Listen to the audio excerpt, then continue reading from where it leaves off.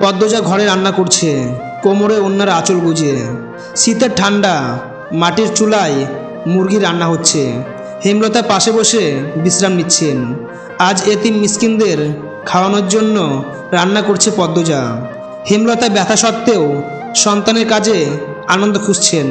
পদ্মজা মোর্শেদের সঙ্গে কথা বলার জন্য ধীরে পা বাড়াচ্ছে। মোর্শেদ রোদ পোয়াচ্ছে উঠানে। পদ্মজা অনুগ্রহ করে বলে, আলিনদের নিয়ে আসতে বলুন। কিন্তু আব্বা, এত পাল্টালো কিভাবে? আমি কি ভাবব? পদ্মজা হেমলতার পায়ের কাছে বসে কপালের ঘাম মুছে দিচ্ছেন। হেমলতা খুশি এবং বিস্মিত, মৃদু হাসলেন। বিকেলে প্রান্ত আহত হয়ে বাড়িতে আসে। হেমলতা, পদ্মজা, পূর্ণা, পেমা সবাই আতঙ্কিত। মোর্শেদ বাজারে প্রান্তকে চিকিৎসা দিতে নিয়ে যান। প্রান্ত আহত।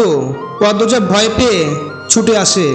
হেমলতা মনে করেন, এত ছোট ছেলেটার ওপর এত আঘাত, কার দোষ?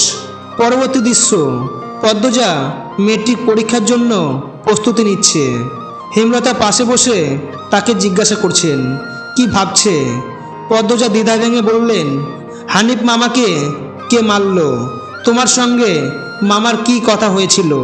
কাল পরীক্ষা, আজ এসব ভেবে সময় নষ্ট করিস না। পদ্মজা গভীর ভাবনায় বসে আছে। হেমলতা পাশে বসে তার পাশে শান্তভাবে রয়েছেন। পরিবার, দায়িত্ব এবং অল্প বয়সের সাহসের গল্প।